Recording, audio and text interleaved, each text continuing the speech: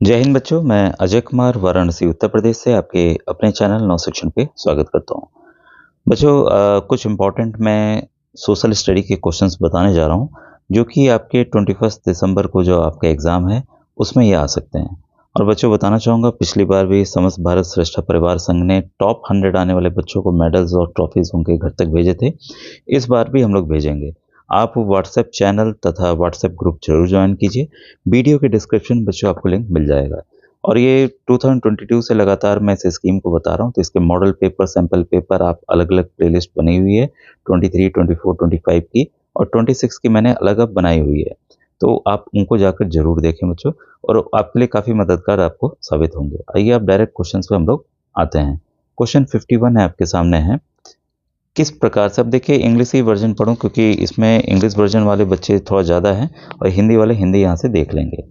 In which type of a state the Constitution provides to all individuals and communities freedom to profess, practice and propagate any religion। ठीक है, मतलब प्रचार करने की स्वतंत्रता प्रदान करता है। ठीक है, तो इसका जो सही आंसर है वो है बच्चों धर्मनिरपेक्ष राज्य यानी कि सेकुलर स्टेट। ठीक है, तो इंडिया हमारा क्या है, एक सेकुलर स्टेट है, धर्मनिरपेक्ष राज्य है जहाँ सभी समुदायों धर्मों को समान स्वतंत्रता अधिकार दिए गए हैं। क्वेश्चन 52 है। अब देखिए इसमें बच्चों ना हमेशा इस तरह के क्वेश्चंस में हमेशा कंफ्यूजन होते हैं, और ये देखिए जो प्रश्न है इसके काफ़ी प्रश्न 2025 वाला जो एग्ज़ाम था उसमें रिपीट भी हुए हैं और इसके प्रश्न 2026 में भी रिपीट हो सकते हैं। ठीक है, तो यहाँ हमें बताना है कि सही विकल्प का चयन करें। तो यहाँ पर सही जो लग रहा है उसे हमें करना है, select the statement in favour of power sharing. ठीक है, जो सत्ता हस्तांतरण होता है उसके बारे में क्या चीज़ सही है। तो ये इंक्रीजेज स्टेबिलिटी एंड डिसिविनेस, ये नहीं है। रिड्यूसेस कॉन्फ्लिक्ट अमंग कम्युनिटीज़, ये आपका है बच्चों। ठीक है, इसके बाद ensures stability of political power, ये भी है। फिर oppresses minorities and ruins the majority as well, नहीं, ये गलत है। ठीक है, तो ऑप्शन नंबर आपका दूसरा जो है बच्चों यहाँ पर सही है। ठीक है, कौन कौन से संविधाओं के बीच संघर्ष को कम करना, ये सही है। और राजनीतिक व्यवस्था में स्थिरता सुनिश्चित करना, तो जो पावर का ट्रांसफ़र होता है उससे ये दो चीज़ें होती हैं, तो इसको आपको ध्यान रखना है ज़रूर से। जो गलत है तो गलत है ही है। ठीक है, इसके बाद है question number 53। Arrange the states producing limestone. ठीक है, देखिए प्रोडक्शन में आप आयरन का ध्यान रखें। ठीक है, आयरन का कर सकते हैं, सोने का भी कर सकते हैं। ठीक है, तो अलग अलग है, आप कोयले का कर सकते हैं। तो यहाँ पर हमें क्या है, लाइमस्टोन चूना पत्थर का जो उत्पादन है उसको हमें व्यवस्थित करना है। तो सबसे पहला है जो बच्चों, सबसे ज़्यादा लाइमस्टोन जो है चूना पत्थर राजस्थान में आपका उसकी पैदावार होती है। इसके बाद आपका मध्य प्रदेश आता है, इसके बाद आपका कर्नाटक आता है और आखिरी में आपका महाराष्ट्र आता है प्रोडक्शन करने में। ठीक है, तो 53 का आपका ऑप्शन नंबर 1 जो है बच्चों वो सही है। नेक्स्ट क्वेश्चन है आपका है क्वेश्चन 54। तो इसमें कह रहा है वस्त्रों के निर्माण में अंतर्भूत चरणों के सही अनुक्रम का चयन। देखिए ये क्लास 9th का भी आया हुआ है, क्लास 9th में भी, तो कुछ 9th के क्वेश्चंस भी आपके 11th में आते हैं। तो करेक्ट सीक्वेंस हमें करना है जो कि गारमेंट के मैन्युफैक्चर में आती हैं। तो सबसे पहले जो होगा वो होगा रॉ फाइबर, भाई कच्चा रेशा होगा।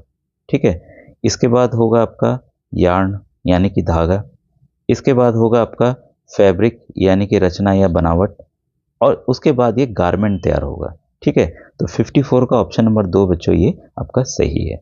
ये क्वेश्चंस बच्चों बदल के आ सकते हैं, पूरी संभावना है, और आ भी रहे हैं, रिपीट हो रहे हैं। अब कथन कारण में क्या है कि एग्जैक्ट आपको उसकी चीज़ों को पता होना चाहिए, तभी आप सही इसको हल कर पाएंगे। ठीक है, असर्शन है the Indian wild life protection act was implemented in 1972 with various provision for protecting habitats, ये एकदम सही है। और जीके के क्वेश्चंस के लिए याद रखिएगा, आ सकता है वाइल्ड लाइफ प्रोटेक्शन एक्ट कब इम्प्लीमेंट हुआ था, 1972 में हुआ था। The trade off tiger skin and the use of their bones in traditional medicine specially in the Asian countries left the tiger population on the verge of extension, ये एकदम सही है इसके पीछे कारण। ठीक है, तो आंसर हमारा क्या है, both A and R are true and R is the correct explanation of A. ठीक है, सही व्याख्या करता है। क्वेश्चन 56 आपके सामने है। इन 1848, अब देखिए फ्रेंच रिवॉल्यूशन 25 वाले में बहुत ज़्यादा क्वेश्चंस आए और पिछली बार भी आए थे। देखिए फ्रेंच रिवॉल्यूशन दो हैं, इस बार भी आएंगे। तो जो मैंने क्वेश्चंस बताए हैं आप प्लेलिस्ट से जरूर उसको जाकर देखिए, 2025, 26 की, 24 की, वो आपको बहुत मददगार बच्चों साबित होंगे। ये मत सोचिएगा पुराना वीडियो है तो काम नहीं आने वाला, क्योंकि क्वेश्चंस वही पैटर्न के लगातार आ रहे हैं।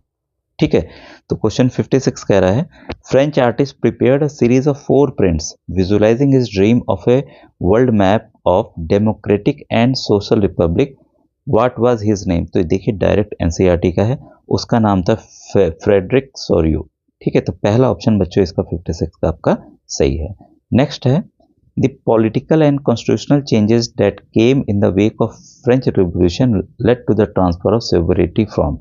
तो जो हुआ वो आपके जो पावर ट्रांसफर है या जो भी ट्रांसफर ऑफ सोवरेनिटी है, कहाँ से कहाँ गया।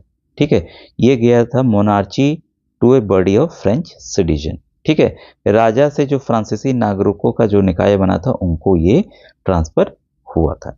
ठीक है, तो ये क्लियर है। डेट्स वगैरह इसको जरूर आप देख लीजिएगा, डेट्स आई नहीं है, आ सकती है, मुझे पूरी उम्मीद है। तो एनसीईआरटी आप जरूर उसको देख लें एक चीज। अब देखिए मैच द फॉलोइंग है। ठीक है, मैच द फॉलोइंग, हाँ अब आपको दिख रहा होगा। तो ये आपका क्वेश्चन 58। तो यहाँ पर नॉन कॉरपोरेशन और खिलाफत मूवमेंट कब स्टार्ट हुआ। ठीक है, तो देखिए अगर 2-3 की डेट पता है तो आप इजीली कर लेंगे, लेकिन मेरे ख्याल से ये सभी इंपॉर्टेंट है, बार बार रिपीट हो रहे हैं बार बार। अम्बेडकर जी पे तो देखिए सवाल आना कंफर्म है। ठीक है, तो ये स्टार्ट हुआ बच्चों 1921 में, नॉन कॉरपोरेशन मूवमेंट। ठीक है, 1921 और खिलाफत मूवमेंट स्टार्टेड। चौरी चौरा कांड जो है ये पता है, इसके बाद ही जो 1922 में ये असहयोग आंदोलन को गांधी जी ने वापस ले लिया था। ठीक है, तो इसका जो आंसर है बच्चों 1922 है, जहां गोरखपुर में पुलिस थाने को जला दिया गया था लोगों द्वारा। Ambedkar establish depressed classes association, ये क्वेश्चन वन लाइनर में भी आ चुका है कि किसने बनाया था, कब बनाया था। ठीक है, तो ये आ चुका है, ये बना था बच्चों 1930 में। गांधी जी के साथ फिर अंबेडकर जी ने पूना पैक्ट भी किया था। सिविल डिसओबीडियंस रीलॉन्च्ड कब हुआ, तो ये हुआ था बच्चों 1932 में, 1932 में।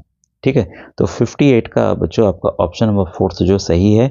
ये डेट्स जरूर आप ध्यान रखिएगा, आपको जरूर परीक्षा में बच्चों ये आने वाले सवाल हैं। ठीक है, इसके बाद नेक्स्ट है, which of the following pair of institution are prefer to be as Bretton Woods twins. ठीक है, ब्रेटन वुड्स द्विगुमक से हैं। ठीक है, कौन कौन से हैं, तो इसमें है बच्चों आपके IMF और वर्ल्ड बैंक। ठीक है, international monetary fund, full form याद रखिएगा, इंटरनेशनल मॉनेटरी फंड और वर्ल्ड बैंक। क्लियर है। अब देखिए ये सवाल भी अच्छा है और ये सवाल वही है आपका आ सकता है। 60 का है बच्चों, यहाँ पर आपका ऑप्शन नंबर जो 3 है वो सही है। ठीक है, स्टेपलर आपका क्या है, ये है आपका a person who starts pull according to its fibre. ठीक है, फुलर क्या है, फुलर आपका a person who gathers cloth by pleating. ठीक है, प्लीटिंग मतलब क्या होता है, इसको चुनट डालकर जमा करता है। ठीक है, प्लीट बनाना। फिर है कार्डिंग, आपका क्या है, the process in which fibre are prepared prior to spinning, वह प्रक्रिया जिसमें रेशों को कताई से पूर्व तैयार किया जाता है। और स्पिनी जेनी क्या है, ये multiple spindle machine use for spinning threads. ठीक है, तो ये बच्चों है, ये भी इंपॉर्टेंट है, इसमें वन लाइनर भी आ सकता है कि ये क्या है, ये क्या है, ये क्या है, और 4 ऑप्शन अलग अलग होंगे, उसको मैच करना होगा। ठीक है, तो इस तरह से सवाल बदल के यही सवाल आते हैं, तो इसको आपको ध्यान रखना, ये इंपॉर्टेंट है, ये अलग है क्योंकि थोड़ा सा। ठीक है, question number 61, who believed that India would develop through westernization and industrialization. He also invested in spinning, shipbuilding, mining, banking, plantation and insurance. इन्होंने इन क्षेत्रों में पैसे लगाए, तो ये थे द्वारकानाथ टैगोर। ठीक है, तो आपका ऑप्शन नंबर 3 बच्चों इसका जो है सही है। तो इनका मानना था कि भारत औद्योगिकरण और पाश्चीकरण के कारण ही विकसित होगा। ठीक है, तो ये इनकी सोच थी अपनी खुद की। A belief that the majority community would be able to rule a country in whichever way it wants by disregarding the wishes and needs of the minority is called. इसे हम क्या कहते हैं, तो डायरेक्ट डेफिनेशन है बच्चों, इसको मेजोरिटिज्म कहते हैं, बहुसंख्यवाद कहते हैं। ठीक है, तो ऑप्शन नंबर 2 बच्चों इसका सही है। भाई क्वेश्चन नंबर 63 देखें, which one the following is connect our federalism. देखिए सेक्युलरिज्म, फेडरलिज्म, ये जो आपके वो वाली बुक है, सिविक्स वाली बुक है, तो उससे ये क्वेश्चंस बच्चों बनेंगे। डेफिनेशंस और उसके जो फीचर्स हैं ये मैंने पढ़ाए हुए हैं, तो आपको 2022 वाले शायद वीडियो मैंने विधिवत समझाया हुआ है, तो उनको चैप्टर्स को, बुक्स को देख के जाके देखिए। और मैंने बताया हुआ है कि क्वेश्चंस किस हिसाब से आने वाले हैं, तो उसी हिसाब से देखिए 2024 में आए भी हैं और 26 में भी आने की पूरी संभावना है। तो आप पुरानी प्लेलिस्ट 22 वाली जरूर देखें, ठीक है। तो यहाँ पर देखिए जो चीज़ करेक्ट है उसको आपको ध्यान रखना है। देयर आर, यहाँ पे देखिए संघवाद में सरकार के 2 या अधिक स्तर होते हैं, ठीक है, ये एकदम सही है, ठीक है। इसके बाद देखिए सरकार के अलग अलग स्तरों पर क्षेत्राधिकार संविधान में भी निर्दिष्ट हैं, ये भी सही है। संविधान का मूल प्रबंध सरकार के एक स्तर के द्वारा एक पक्षीय रूप में परिवर्तित नहीं किया जा सकता है, ये भी सही है। तो 3 पॉइंट एकदम ध्यान रखिएगा, ठीक है। जो गलत है वो आपका ये वाला है, ठीक है, तो इसको मैं पढ़ नहीं रहा हूँ, ठीक है। जो सही है उसको आपको दिमाग में ध्यान में रखना है। अब देखिए ये काफ़ी इम्पोर्टेंट है, और ये अलग अलग जो चीज़ें हैं ना, ये देखिए ये वाला चीज़ तो यही रहेगा, प्राइमरी सेकेंडरी टर्सरी इधर वाली चीज़ें कुछ भी बदल देंगी। तो बस प्राइमरी सेक्टर वो है जहाँ पर डायरेक्ट कुछ चीज़ें होती हैं, कृषि वगैरह होती है, डायरेक्ट जो काम होता है, जो उत्पाद निकलता है कहीं से, लोग प्राइमरी काम करते हैं, उन उत्पादों से अगर कुछ बन रहा है, ठीक है, मशीनों द्वारा बन रहा है, उन उत्पादों के जरिए बन रहा है, तो सेकेंडरी सेक्टर में जाएंगे। जो सर्विस देते हैं, जैसे जो भी आपके हॉस्पिटल्स हो गए, इंश्योरेंस सेक्टर हो गया, जो सर्विस प्रोवाइड करते हैं, गाड़ियां ठीक करते हैं, वो टर्सरी सेक्टर में हो गए। और अनऑर्गेनाइज सेक्टर जहां लोग ऑर्गेनाइज नहीं है, अलग अलग तरीके से अपना काम करते हैं, ठीक है, तो अनऑर्गेनाइज सेक्टर हो गया। तो यहाँ पर हम देखते हैं तो प्राइमरी सेक्टर में आपका फॉरेस्ट्री आता है, जहाँ लोग वन में जाते हैं, फल फूल लेते हैं, उठाते हैं, ठीक है। और वही अगर किसी को ये फल ले जाके आप बेच दीजिए तो वो कहीं और ले जाके बेचेगा, तो सेकेंडरी वाले में आ जाएगा, वो मार्केटिंग वाले में आ जाएगा, ठीक है। तो अलग चीज़ें आ जाती हैं, तो वानिकी यहाँ हो गया। इसका आपका सेकेंडरी सेक्टर में, द्वितीयक सेक्टर में आपका फूड प्रोसेसिंग हो गया। जैसे ही भाई किसान ने गेहूं चावल उगा दिया, वो किस में आ गया, प्राइमरी में, प्राथमिक में आ गया, ठीक है, प्राथमिक में आ गया। द्वितीयक में कौन आ गया, उससे कोई ब्रेड बना दे रहा है, कोई बिस्किट बना दे रहा है, तो फूड प्रोसेसिंग आपका, खाद्य प्रसंस्करण जो है आपका सेकेंडरी सेक्टर में आएगा। तो इस समझ के चलिएगा, ये सवाल बदल के बच्चों आ सकता है, पूरी उम्मीद है। टर्सरी सेक्टर, तृतीय सेक्टर में आपका हेल्थ केयर आता है, अभी जैसे मैंने बताया, इंश्योरेंस सेक्टर हो गया, डॉक्टर्स हो गए, ये सब टर्सरी में आता है। और जो घर में काम करने वाले घरेलू नौकर होते हैं, ये लोग होते हैं, ये सब अनऑर्गेनाइज सेक्टर्स में आते हैं। और वहीं अगर किसी कंपनी में कोई काम कर रहा है, किसी ऑर्गेनाइजेशन में कोई काम कर रहा है, किसी संगठित वो संगठित क्षेत्र में बच्चों आ जाएगा, ठीक है। तो ये काफ़ी इंपॉर्टेंट क्वेश्चन है। तो 64 का बच्चों आपका ऑप्शन नंबर 4 जो है यहाँ पर सही है, ठीक है। नेक्स्ट देखिए क्वेश्चन नंबर 65। ये क्वेश्चन है, निम्नलिखित में से कौन सा विकल्प वित्तीय विश्व में संपार्श्विक की व्याख्या करता है, यानी कि collateral in the financial world की व्याख्या करता है, ठीक है। तो इसका जो सही आंसर है, asset as guarantee for loan, ऋण हेतु प्रत्याभूति के रूप में परिसंपत्ति। क्लियर है। अब देखिए क्वेश्चन नंबर 66। निम्नलिखित में से कौन सा कारक वैश्वीकरण का समर्थन नहीं करना, यानी कि ग्लोबलाइजेशन का वो नहीं इनेबल नहीं करता है, ठीक है। तो जो करता है उसको भाई देख लें, क्योंकि वो ज़्यादा इंपॉर्टेंट आपका हो जाता है। सूचना एवं संचार प्रौद्योगिकी ये है, ग्लोबलाइजेशन है भाई, देख रहे हैं कंपनियां अलग अलग कर आ रही हैं सब इसमें, टेलीकम्युनिकेशन में। विदेश व्यापार एवं विदेशी नीति का उदारीकरण, हाँ ये है, हमारे देश में भी है। विशेष आर्थिक क्षेत्रों की स्थापना, हाँ, स्पेशल इकोनॉमिक जोन्स, ये भी है, क्योंकि बाहर विदेशी कंपनियां आएंगे हमारी कंपनी में, जैसे एप्पल का फ़ोन अब हमारे इंडिया में बन रहा है। समाजवाद का अंगीकरण, तो ये बच्चों यहाँ पे एडॉप्शन ऑफ सोशलिज्म नहीं है, ठीक है। जो 3 पॉइंट है ये काफ़ी इंपॉर्टेंट है, इसको आप नोट डाउन जरूर करिएगा, ठीक है। इसके बाद है क्वेश्चन 67। ये देखिए, निम्नलिखित में से कौन सा आंदोलन महात्मा गांधी संबंधित नहीं है, ठीक है। तो इसमें जो संबंधित नहीं है वो है बारदोली सत्याग्रह, भाई इससे तो आपके जो सरदार भाई पटेल जी हैं वो संबंधित है। बाकी चंपारण आपको पता ही है, खेड़ा पता ही है, और अहमदाबाद मिल श्रमिक आंदोलन आपको पता ही है, ठीक है। सबसे पहला चंपारण, इसके बाद ये, इसके बाद ये था, तो इसको भी क्रम में ध्यान रखिएगा, ठीक है। क्वेश्चन 68। देखिए इतने लंबे लंबे क्वेश्चन होंगे तो आप सोचेंगे अरे भाई इतने, घबराना नहीं, बहुत आसान क्वेश्चन होते हैं, बस आपको पढ़ने में समय देना है, ठीक है। क्या कह रहा है आपका अभिकथन, छपाई ने विचारों के विस्तृत प्रसार की संभावनाओं की रचना की तथा विवाह एवं परिचर्चाओं पर एक नई दुनिया से परिचय कराया। एकदम सही। मुद्रित संदेशों के माध्यम से लोगों में अलग तरीके से, तो ये है बच्चों, करने का विश्वास उत्पन्न किया जा सकता है। तो ये दोनों के दोनों सही है और इसकी ये सही व्याख्या करता है। ठीक है, फिर आइए क्वेश्चन नंबर 69 देखिए। अब ये देखिए एकदम अलग क्वेश्चन आ गया था। निम्नलिखित में से किस शहर को स्वर्ण का पौराणिक नगर, दी फेबल्ड सिटी ऑफ गोल्ड कहा जाता है? तो ये कहा जाता है बच्चों एल डोरेडो को। ठीक है, इसके बाद है क्वेश्चन 70। लोकतंत्र के मूल्यांकन के संदर्भ में कौन सा सर्वाधिक व्यवहारिक दृष्टिकोण है? तो इसमें जो जितने पॉइंट्स दिए हुए हैं उसमें सबसे व्यवहारिक जो है, लोकतंत्र के विषय में वाद विवाद का पर्याप्त तथ्यों एवं आंकड़ों के उल्लेख के माध्यम से निराकरण किया जाना चाहिए। अब देखिए लोकसभा में, राज्यसभा में आप देखते होंगे डिबेट होती है, तो डाटा और फैक्ट्स प्रस्तुत करते हैं उस बिहाफ पर ही होता है, हवा में बातें नहीं होती हैं। ठीक है, तो ये काफ़ी व्यवहारिक दृष्टिकोण है कि हम झूठी न डाटा दे के सही डाटा पे हम वाद विवाद कर रहे हैं। ठीक है, तो ऑप्शन नंबर चौथा यहाँ पर आपका सही है। अब देखिए क्वेश्चन 71 है।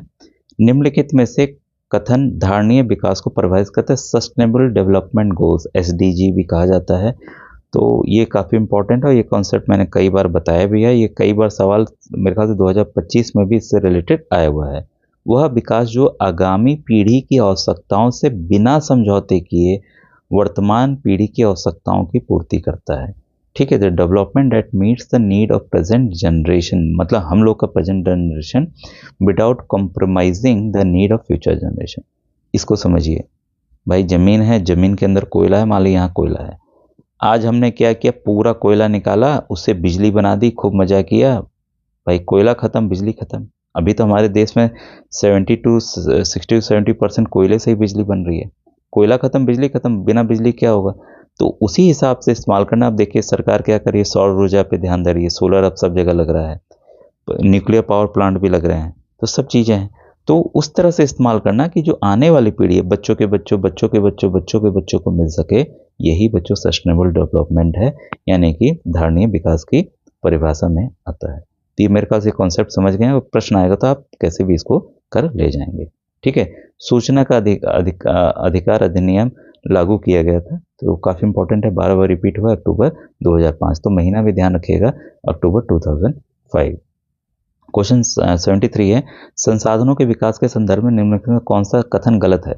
तो जो गलत है उसको हम छोड़ देते हैं, जो सही है उसको हम देख लेते हैं। संसाधन मानव उत्तर जीवन के साथ साथ जीवन की गुणवत्ता के अनुरक्षण हेतु अनिवार्य होते हैं, ये सही है।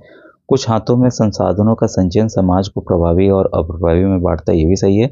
संसाधनों का विवेकपूर्ण अंधाधुंध संदोहन वैश्विक परिस्थिति संकट में परिणत हो सकता है, जो कोयला वाला मैंने अभी आपको जस्ट बताया है।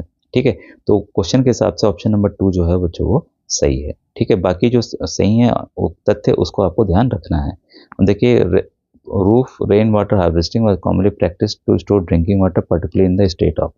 अब तो देखिए यूपी में भी सब जगह होने लगा कि ताकि पानी की बचत हो सके, जो भूजल का स्तर है वो काफ़ी ज़्यादा नीचे ना गिरे। तो ये पर्टिकुलरली कहाँ हो रहा है? राजस्थान में बहुत पानी की कमी आपको पता है, तो ऑप्शन नंबर 4 बच्चों सही है। ठीक है, कौन सी फसल जाड़े में अक्टूबर से दिसंबर के बीच में बोई जाती है, गर्मी में अप्रैल से जून के बीच में काटी जाती है? तो देखिए डायरेक्ट कॉन्सेप्ट वाला है, तो इसको हम रबी की फसल कहते हैं। ठीक है, अब यहाँ से देखिए जीके के क्वेश्चन स्टार्ट हो रहे हैं, तो इसको मैं बच्चों नेक्स्ट वीडियो में बताऊंगा। आज का वीडियो कैसा लगा जरूर बताइएगा। Thank you very much.